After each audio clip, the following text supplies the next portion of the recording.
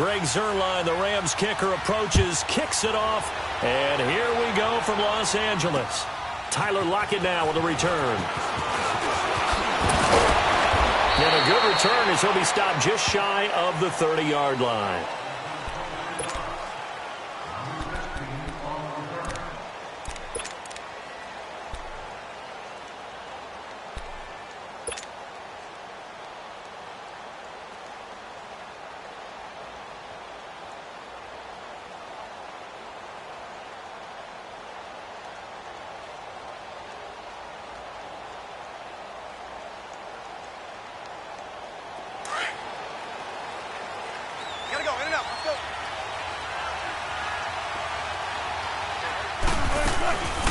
This is the Oklahoma State alum, Chris Carson, and able to stay on his feet past the 30 to about the 33-yard line.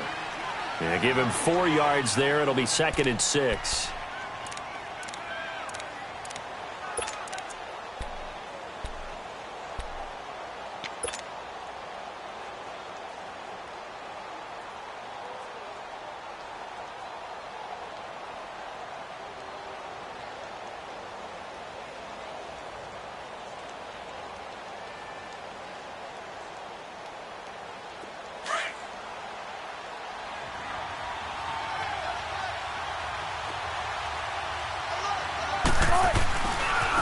Here's Carson, and he is met in his tracks behind the line of scrimmage. It'll be a loss of a full 3 yards there, and it also brings up 3rd down. I know when I was a kid, I always got real excited when I saw those lateral-type runs. But the best backs that made it happen, they put a foot in the ground and just go. That didn't happen there. That play got swallowed up.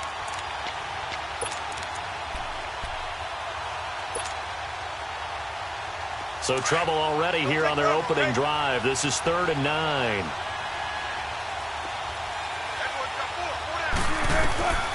From the shotgun, Wilson. Over the middle and into the hands of his receiver, Moore. The completion good for only 6, and that'll bring up 4th. There's an example of good situational football being played by a defense. They understood where the 3rd down play was, the down and distance, and made sure they didn't get anywhere near that, bringing up 4th down. Yeah, they were sniffing out that marker, didn't want to let him get close to there, and now a likely 3 and out to start. Yeah, I love the way they rallied to the football and got to him and made sure he didn't give up much run after catch.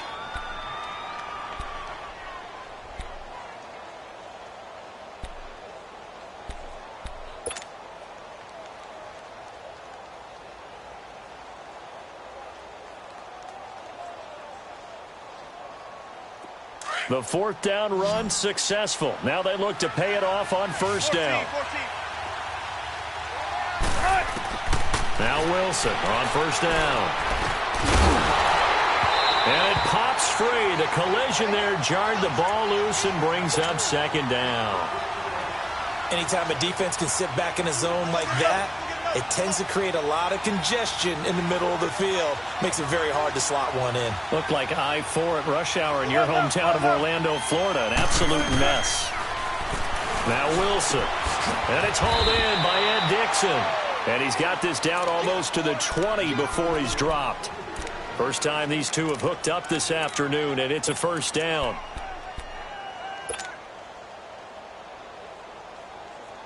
Keep working, baby. Keep working, fellas.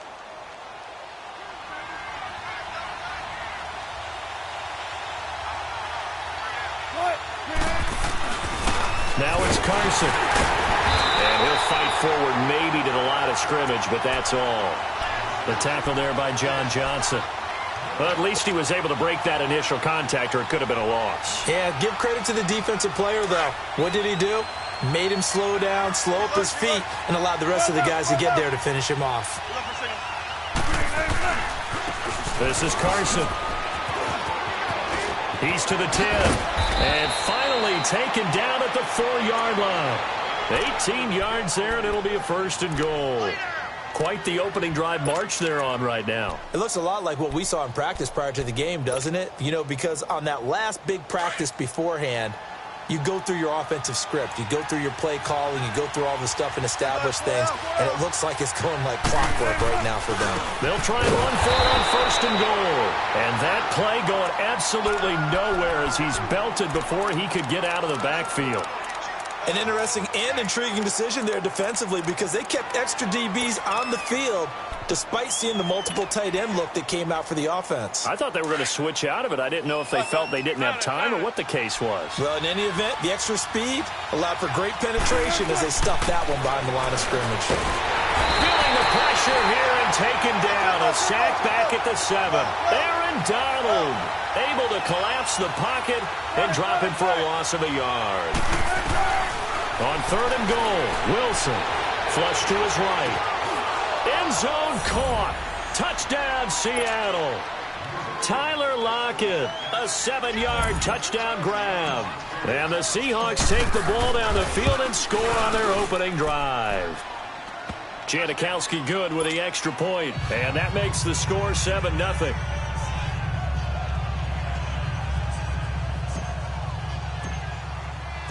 Out is the kickoff unit as they run up and send this one away.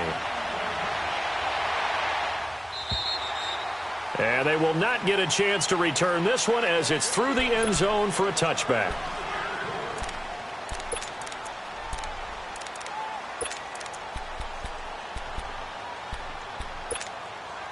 Goff will lead the Rams up here 1st and 10 at their own 25-yard line. Louis. Yes, sir. Yes, sir. Yes, sir. Goff now looking to throw. Blitz coming, and down he goes. Brandon, if I'm an offensive coordinator and I see an all-out rush like that, I file it away because I'm going to use their aggressiveness against them as this game goes on. I'm going to hit them with a screen soon. Here's the first carry now for Todd Gurley. And he'll get this up over the 25 to the 26. That'll get them some of what they needed, but they're still left here with a 3rd and 9 forthcoming. All right, Brandon, I know we're in the early going here, but those kind of runs, they're going to open up a world of opportunities for this offense going forward.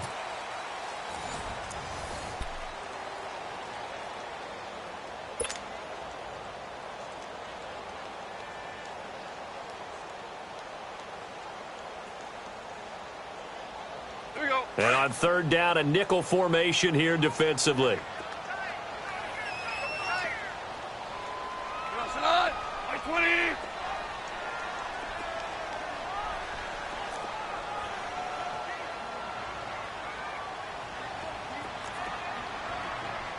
Starting left here.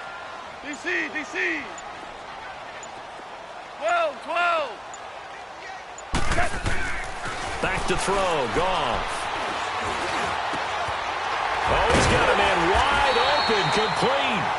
And they work this well upfield across the 45. A good pick up there of 20 yards.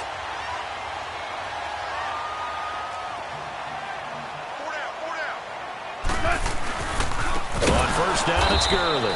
And this one's going to go the wrong way, losing yardage back at the 42. It's a loss of 4 there, bringing up 2nd down. Here we go, fellas. Here we go.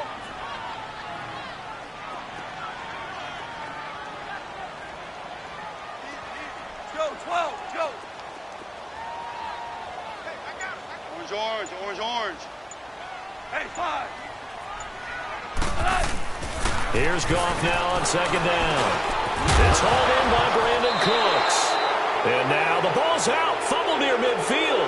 And the Seahawks have recovered. We have seen this before, and we know coaches preach about this and work on it all the time. Catch the ball. You know there's going to be some traffic somewhere. They've got to put it away and secure it as they try and get downfield. As Seattle makes their way back out here, Charles, let's take a little deeper dive as they go into the offseason, what they need to do. They led the under a heavy rush, and down he goes. Mark Barron not dropping into coverage. He comes on the blitz and takes him down for a loss of 9. And they need to work to at least get some of this yardage back after the sack. 2nd and 19. They run it with Carson. And he'll take this one up close to about the 45. They get 2 yards back, but they're going to need a lot more than that here on third down. One thing to keep in mind, partner, especially in the second half, when you've got a running back of this size, of these dimensions, I can just tell you, attrition does set in for a defense because you're excited about hitting him in the first half. Maybe not so much in the second half, and some of these shorter gains turn into bigger runs later. He's going to fire one deep, middle of the field. And incomplete. The contact made the ball roam free and brings up fourth down. Well, that certainly looked like something that they discussed all week in practice getting ready for this one. Take the big shot right out of the gate. At worst, you'll open up the defense a little bit, loosen them up, have them back on their heels.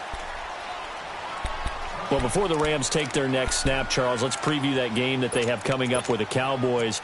You talked about what they can do on offense. They're obviously going to have to shut down Dak, Zeke, and that Cowboys offense with their defense and Aaron Donald. And I think that Aaron Donald and Ndamukong Suh, his running mate at defensive tackle, they have to make sure they play down and distance each time. And what I mean by that is these guys are great pass rushers. And a lot of times when you're a great pass rusher, you want to rush the pass run every down. They have to play the run first because that's what the Cowboys are going to throw at them with Zeke. If they can slow down the run, stuff the run, they'll earn the right to be pass rushers and get after Dak Prescott in the pocket. 14. On 1st and 10, Goff. Into double coverage, and it's intercepted. Picked off by the all-pro free safety, Earl Thomas. And they'll set up shop right near midfield at the 49-yard line. And, Brandon, this is a real nice job defensively of getting inside a quarterback's head and figuring out, okay, where's he going with the football?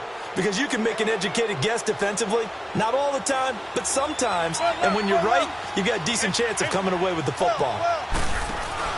After the interception, here's Wilson. And he's going to be grabbed and pulled down. 2 minutes remain here in the first half. We're back to the City of Angels after this timeout.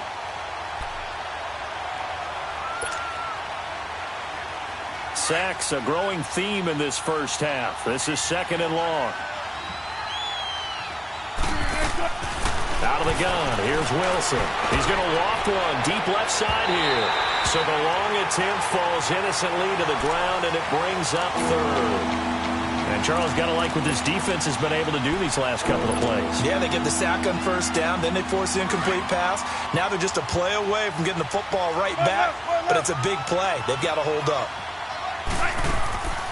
3rd and long, it's Wilson. It's caught, blocked it. And this time he's able to take it down to the 42. He'll get 17 back there, but it'll still lead to a 4th down. Boy, they had a lot of real estate to make up there, but what a big-time play for them. Nice completion, excellent game. Now they're in 4th and manageable. Just a little short, though, of that marker. Now on 4th down, they throw the deep ball, but it winds up to be incomplete. And he'll have a tough time living that one down. It's one thing, Charles, to drop a pass. It's quite another to drop it on 4th down. And so many teams work on that in terms of locking in on those key downs. You know, you and I have both been to practices where we've seen, hey, 3rd down situation, big 3rd down alert, lock in here, 4th down play, make sure you're focused just a little bit extra. It didn't pay off in that situation. And his throw's going to be incomplete. Defensively, that's Earl Thomas, the all-pro safety, knocking it free. Well, with that incompletion, Charles, a big story, as it always is come January. Head coaching changes around the NFL. If you count the situations in Cleveland, in Green Bay, that's 8 openings all told. And that's about the number people were starting to predict somewhere around mid-season. I think out of all of them, the Marvin Lewis situation in Cincinnati, he had been there for 16 years. Many thought he might stay, but it seemed like it was a mutual deal where he decided to step down. But out of all of them, there may be 1 or 2 that may recirculate within the league and be a head coach at another spot. Tough for Steve Wilks after just 1 season to be let go. Yeah, that doesn't happen very often in this league. He was the unfortunate recipient of way too many injuries on his team. Never got a chance to get off the ground. Throwing on 3rd. Gone. And this time he's got the hook up. It's complete. And he'll get it out a couple yards shy of midfield at the 48. The completion good for only 6, and that'll bring up 4th. 14.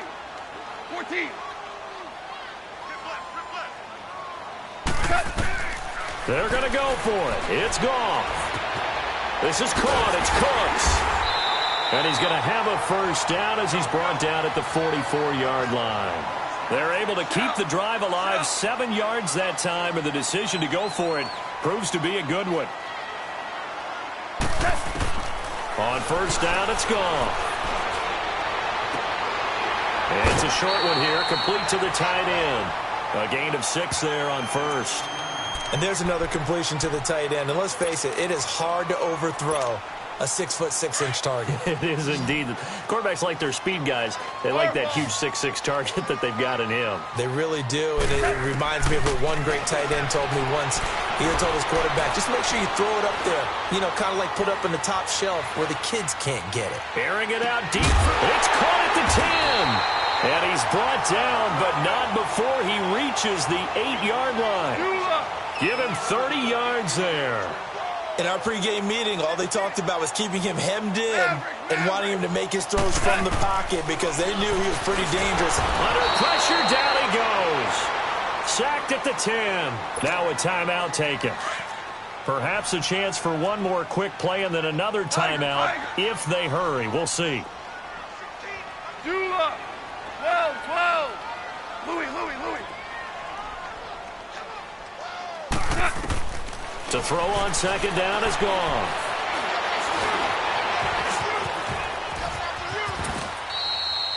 And with just 1 second remaining in the first half, they'll call the timeout.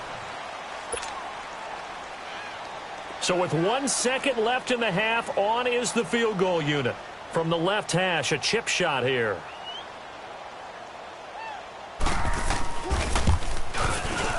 And Zerline's kick is good. That's it for the first half. 2 more quarters to go. We'll have plenty more to see after the break. All right, Coach, thank you, and we welcome everyone back for quarter number 3. The kickoff unit is out on the field, and they will send this one away. This is fielded a couple yards deep. And he'll wind up getting an extra couple yards here for his trouble as he'll bring this one out to the 27. And the Rams now coming out on the field. They're down here, but very much in this game. What's the tonality of a coach's talk when a game is within striking distance like this at intermission? Typically, what they're doing is emphasizing the things that went well in the first half and wanting more of that. Sure, you've got to go over some of the errors and clean up some things because there's a reason you're down. But overall, I think they want to stay positive, stay up with this team. We're just starting the second half, and we've got the football. Let's go ahead and punch it in, and then we'll take it from there. See how that recipe works. 9 yards on the pickup there, and it keeps the drive alive. At this stage of the game, the run-pass numbers are a little bit out of whack because most of their yardage has come through the air. But in a sense, that just sets things up for big runs like that because the defense might be a little bit off balance. They pick up another first down with that run. 2 yards on the carry there. It'll be second down. Tough first half for him, unable to put up the numbers he's used to producing. But with a guy like him, you and I both know it just takes a couple of explosive touches for him to make an impact on this game and on the stat sheet as well. 6 yards is the pickup, and that'll lead to a third down. One thing you're hoping for when you run drag routes, you're able to hit a receiver in stride, and he can pick up a lot of yardage after the catch. But in this situation, the defense was effective, able to stop him before he could get a good head of steam going. They'll try and pick up the first with Gurley. And taking it across midfield and just shy of the 40. Call it a gain of 10, and they pick up the first. Boy, he does it at a high level, doesn't he? Because when I watch him, I think of his vision. Straight ahead, peripheral. Also has that sense of where holes are going to be before they actually open. I think that helps set him apart from many of the other backs in the league. Looking for more there on first down, but this throw downfield, incomplete. And that one falls incomplete. Looked like he might have had position there, but he couldn't hold on at second down. Here now is 2nd and 10, again from the 41.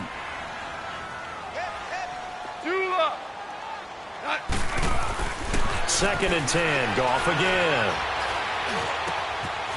Wide open receiver complete.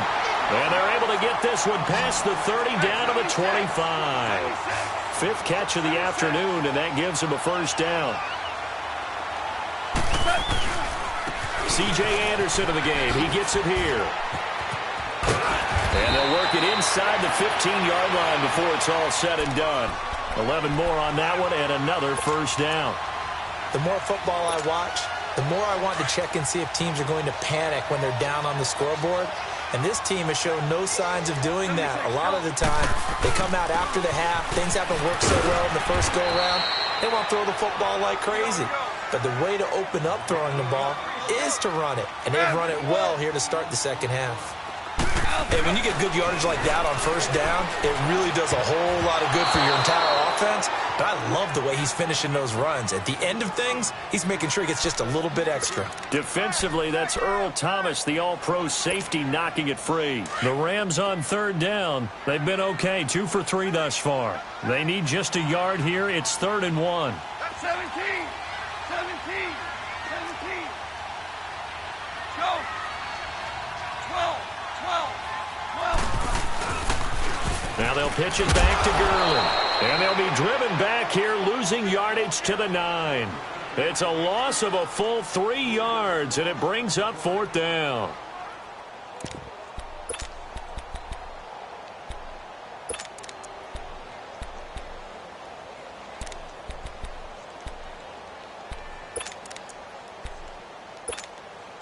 Decision made for Sean McVay. They're going to go for it.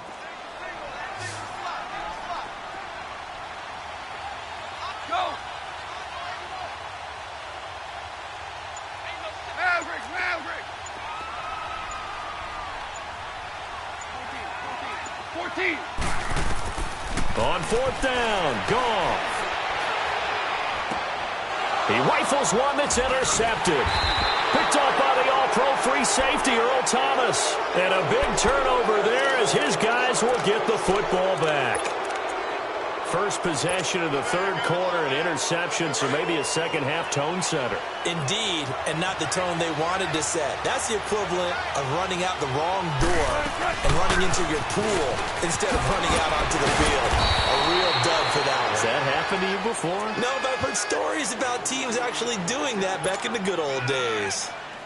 Well, they struggled to get him rolling on the ground in the first half, and that's sort of continuing here in the 3rd quarter. Yeah, but I don't think it's time to abandon the running game. I would say keep feeding the horse, and I believe he'll eventually reward them, especially as we get deeper in the game. Now, meanwhile, here's a 2nd down throw that's knocked away and incomplete. And incomplete here, so a little razzle-dazzle on that one, but they couldn't hook up, and it's 3rd down.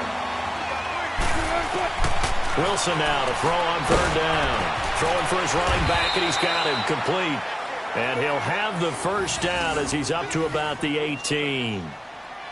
5 yards is the pickup there as that extends this drive.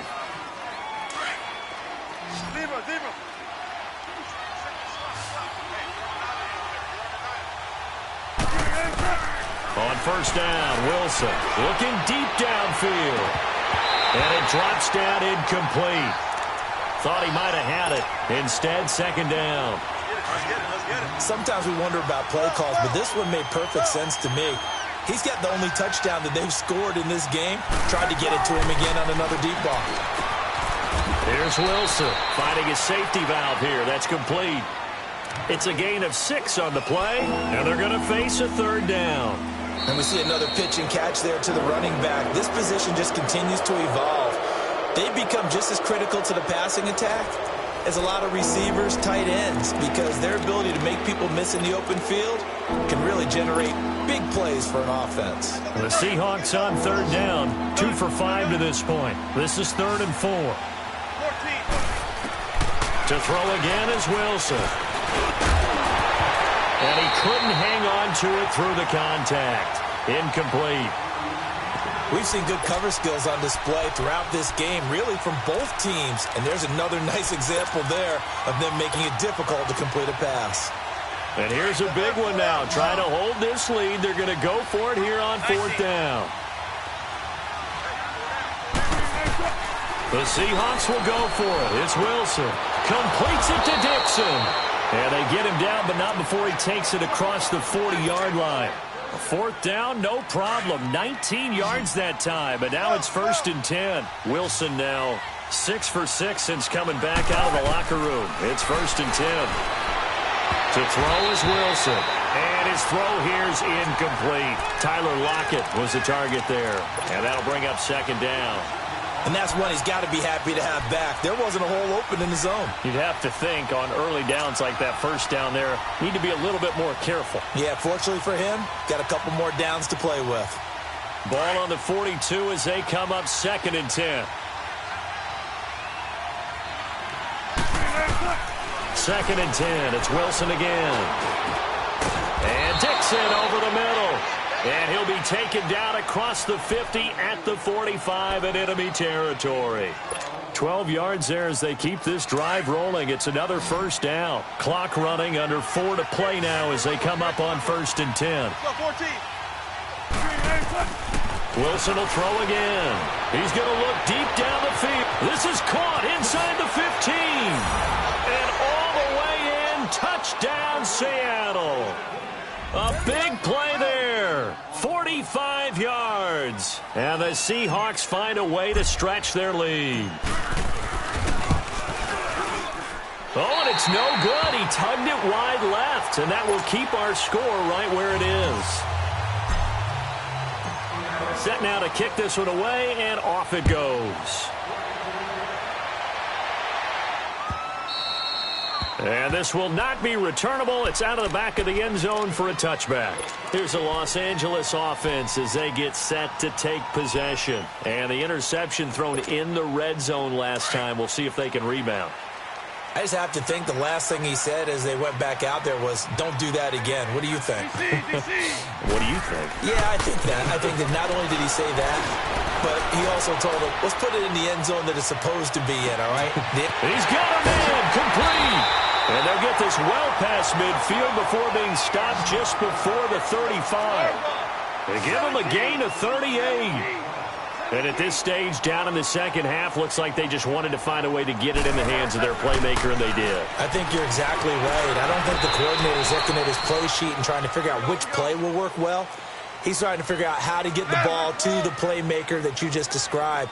Looking down at that sheet, you find people plays, not necessarily X's and O's, and that's exactly what they did there. Eluding, and he's going to have to eat this one as down he goes. Jaron Reed able to collapse the pocket and drop him for a loss of a yard. How many times have we sat with coordinators, and especially the defensive guys, they've talked about big plays, sacks. They often come in bunches. Well, it may not be a bunch here, but that is the 3rd sack of the game for them. And around sack 3 or 4, I would think it starts to get in the quarterback's head a little bit. Not just the quarterback, the offensive play caller, the offensive line, knocks people off balance and changes what they normally do. Working the middle here, that's complete to Everett, the tight end. They get only 4 that time as that leads us to a 4th down. One thing I think that's safe to say defensively, the tackling's been really good. And because of that, it's been very, very hard for them to move the ball because you're not getting the benefits of run after catch. They're tackling him almost on the spot. And he'll get into the end zone. Touchdown, Rams. Todd Gurley, 28 yards. And the Rams are able to get back within a touchdown. Big 4th down conversion for the score, and the defense, that is a tough pill to swallow. Big time for them. How about them just deciding to go for it on 4th down? And, okay, forget the field goal, because that looked like an easy 3 points. Yeah, you might have had a defensive breakdown in there, but they pressed the issue and found a way to get it into the end zone. Give them big credit for that. On the return, the All-Pro 2 years ago, Tyler Lockett. Oh, look at the juke. And a nice job there on special teams as he's taken down at the 14-yard line. The Seahawks offense now, they get set to go back to work. After the touchdown we just saw, we have a brand new ball game. And now look at the situation. You got plenty of time on the clock. Defensively, They have 3 timeouts, so do you run the football here or do you throw it? I think you have that full conversation with your offensive unit, and you tell them, here's the situation. They've got all their timeouts, so we are not going to play this conservatively. We've got to attack them. We've got to make them use those, gain the ground that we need in order to put this game away. If you think we're just going to run it 3 times and punt it, you've got another thing coming. Yeah, and by the way, also the 2-minute warning in play, so essentially 4 timeouts left. They have to be aggressive here. And not totally home free yet, but it's looking good as they come up 1st and 10. Now a man who played collegiately here in the Golden State, Rashad Penny. And now right out of the 2-minute break, we'll get a timeout used defensively with 1:56 to go. And this defense continues to give them fits. They just can't get really anything going on the ground, can they? I love the theme that you just brought up. This defense has been tough all game long against the run. We just saw another example of it there. Escaping the pressure right. And the hit jarred it loose. It's incomplete. That's very well timed there defensively because it's not a bad throw, but the collision came at the exact time he was reaching to bring in the football. Really, really well done. Decent offense, just better defense. I think you're right. The Seahawks on 3rd down. They've converted just 2 for 6 thus far. This is 3rd and 10. Throwing now is Wilson. And the grab made by Doug Baldwin. Just a 5-yard pickup, and it leads to 4th down. I hate to surrender the football when you're nursing a slim lead, but they're going to have to punt it away. Trust that defense. It's the right play at this stage of the game as well. You don't need to press it here because you do have that little bit of a cushion, and you count on your D to make it stand up. Now they go for it on 4th, but this one is going to wind up incomplete. So nursing a slim lead, and that is the opposite of protecting that slim lead. All I can think here is that head coach, he knows more about what's going on with his team than we do. He must know something's up. Either he has trouble with his punter, right? He's worried about his defense. There's an explanation in there that we're going to ask for after the game, because in this situation, I wouldn't have done that in normal circumstances, but maybe he thought my best opportunity is with my offense. Yeah, interesting. Back in their own territory. Now we'll see what transpires.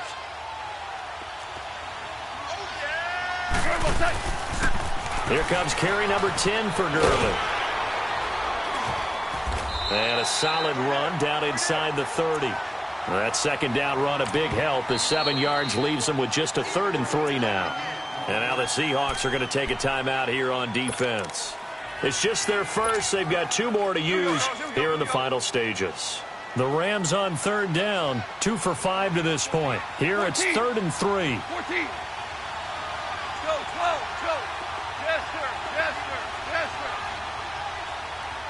sir. Back to throw. They'll throw underneath for Gurley. And he will lose yardage here to the 31-yard line. Now the Seahawks call the 2nd of their 3 timeouts. That'll leave them with just 1 remaining in this 4th quarter of play. One score down. Here we go. They're going to go for it here on 4th down. Hey, Shell.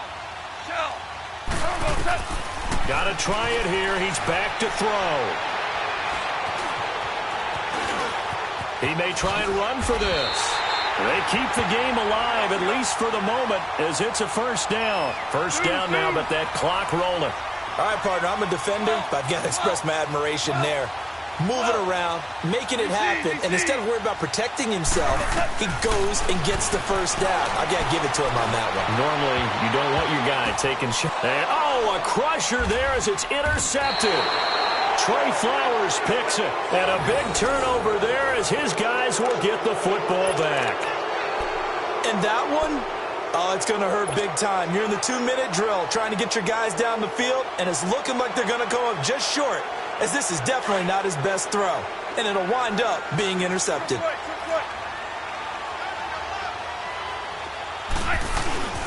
They'll start out on the ground with Carson.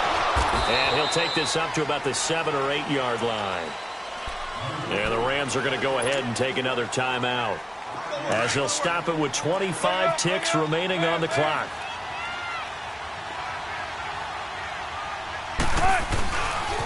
They run again with Carson, and he'll go down for a loss inside his own 5 at the 4.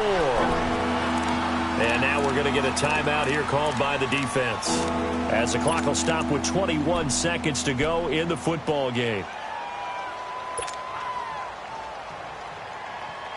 Facing the prospect of a punt from their own end zone, they need some cushion. Let's see what they can do on 3rd down. A first carry for the converted wideout, J.D. McKissick. And he's able to get this one up to the 8-yard line this time. Call it a gain of 4, and it'll bring up 4th down. Now here's Michael Dixon. And you wonder, could they possibly think about taking a safety here?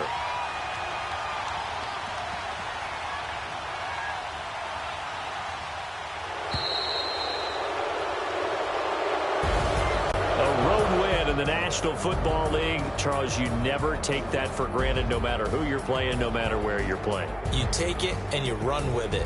And you know you primed the pump all week in your own home facility.